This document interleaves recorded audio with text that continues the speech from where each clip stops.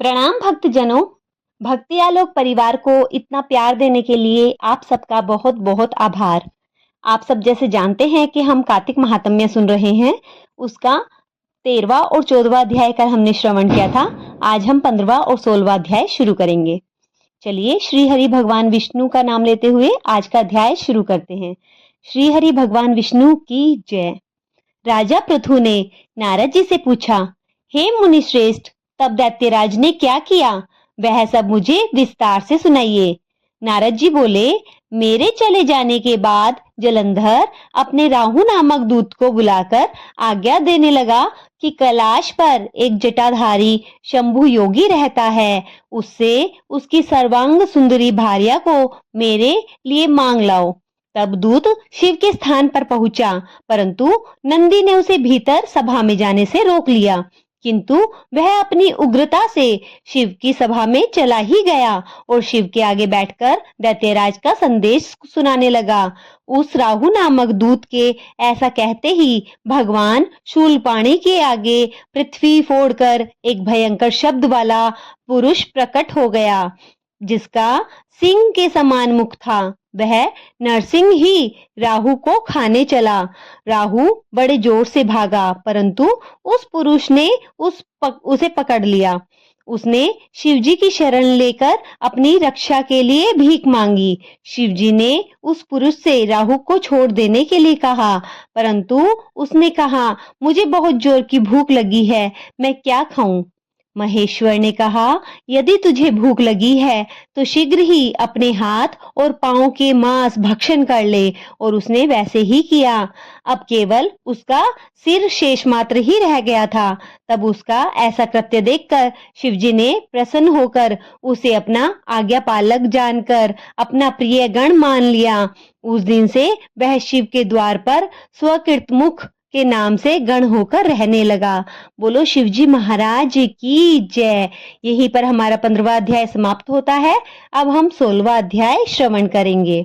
बोलिए श्री हरि भगवान विष्णु की जय। सुनो लगाकर मन सभी, संकट सब मिट जाए, कार्तिक महात्म्य का पढ़ते हैं अब 16वां अध्याय। राजा पृथु ने कहा, हे नारद जी, ये तो आपने भगवान शिव की बड़ी विचित्र कथा सुनाई है। अब कृपा करके यह बताइए कि उस समय राहु उस पुरुष से छूटकर कहाँ गया? नारद जी बोले, उससे छूटने पर वह दूत बर्बर नाम से विख्यात हो गया और अपना नया जन्म पाकर वह धीरे धीरे जलंधर के पास गया। वहां जाकर उसने शंकर जी की सब चेष्टा कही।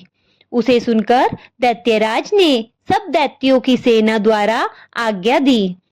लनेमी और शुंभ निशुंभ आदि सभी महाबली दैत्य तैयार होने लगे।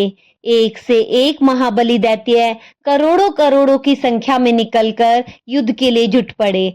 महाप्रतापी सिंधु पुत्र शिवजी से युद्ध करने के लिए निकल पड़ा।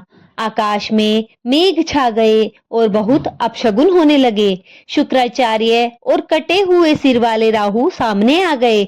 उसी समय जलंधर का मुकुट खिसक गया, परंतु वह रुका नहीं।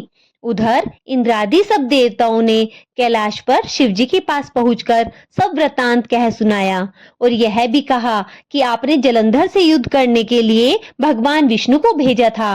वह उसके वंशवर्ती हो गए हैं और विष्णु जी लक्ष्मी सहित जलंधर के अधीन हो उनके घर पर निवास कर रहे हैं। अब देवताओं को भी वही रहना पड़ता है। अब वह बलि सागर पुत्र आपसे युद्ध करने आ रहा है, अतएव आप उसे मारकर हमारी रक्षा कीजिए। यह सुनकर शंकर जी ने विष्णु जी को बुलाकर पूछा, हे ऋषिकेश, युद्ध में आपने जलंधर का संहार क्यों नहीं किया और बैकुंठ छोड़कर आप उसके घर कैसे चले गए? यह सुनकर विष्णु जी ने हाथ जोड़कर निम्रता पूर्वक शंकर जी से कहा, उसे आपका अंशी और लक्ष्मी का भ्राता होने के कारण मैंने नहीं मारा। यह बड़ा वीर और देवताओं का अजय है, इसी पर मुग्ध होकर मैं उसके घर में निवास करने लगा हूँ। विष्णु जी के इस प्रकार के वचन सुनकर शंकर जी हंस पड़े और उन्होंने कहा, हे विष्णु, आप यह क्या कहते हैं? मैं उस दैत्य जलंधर को अवश्य मारूंगा। अब आप सभी देवता जलंधर को मेरे द्वारा ही मारा जाना जान अपने स्थान पर जाइए। तब शंकर जी ने ऐसा कहा तो सब देवता संदेह रहित होकर अपने स्थान पर चले गए।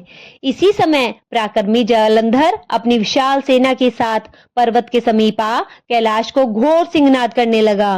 दैत्यों के नाद और कोलाहल को सुनकर शिवजी ने नंदी आदि गणों को उससे युद्ध करने की आज्ञा प्रदान की। कैलाश के समीप भीषण युद्ध होने लगा। दैत्य अनेक प्रकार के अस्त्र शस्त्र बरसाने लगे। भेरी, मृदंग, शंख और वीरों तथा हाथी, घोड़ों और रथों की शब्दों से शब्दित हो पृथ्वी कांपने लगी। युद्ध में कट के मारे हुए हाथी, घोड़े और पैदलों का पहाड़ लग गया। रक्त मांस का कीचड़ उत्पन्न हो गया। दैत्यों के आचार्य शुक्र जी ने मृत संजीवनी विद्या से सब दैत्यों को जीवाने लगे। यह देखकर शिवजी के गण व्याकुल हो गए और उनके पास जाकर सारा वृतांत सुना दिया। उसे सुनकर भगवान रुद्र के क्रोध की सीमा न रही। फिर तो उस समय उनके मुख से एक बड़ी भयंकर कृत्या उत्पन्न हुई, जिसकी दोनों जंघाएं ताल वृक्ष के समान थी।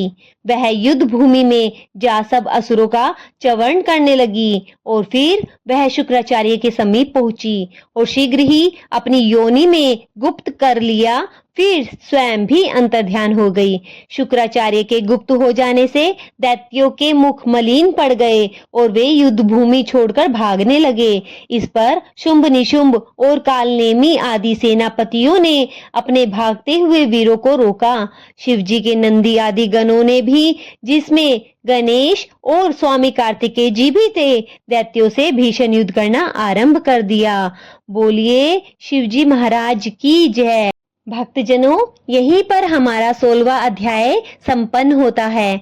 आशा है आपको भक्ति आलोक की वीडियोस पसंद आ रही हैं। चैनल को सब्सक्राइब जरूर करें और वीडियोस को ज्यादा से ज्यादा शेयर भी कीजिए। आप सबका बहुत बहुत आभार। अब हम कल 17वां और 18वां अध्याय श्रवण करेंगे। आज का यह पावन दिन आप सबकी जिंदगी में खुशहाली लाए और आपके घर में सुख, समृद्धि और वैभव का निवास हो। इसी आशा के साथ, इसी आशीर्वाद के साथ आप सबसे आज के लिए विराम लेते हैं। धन्यवाद।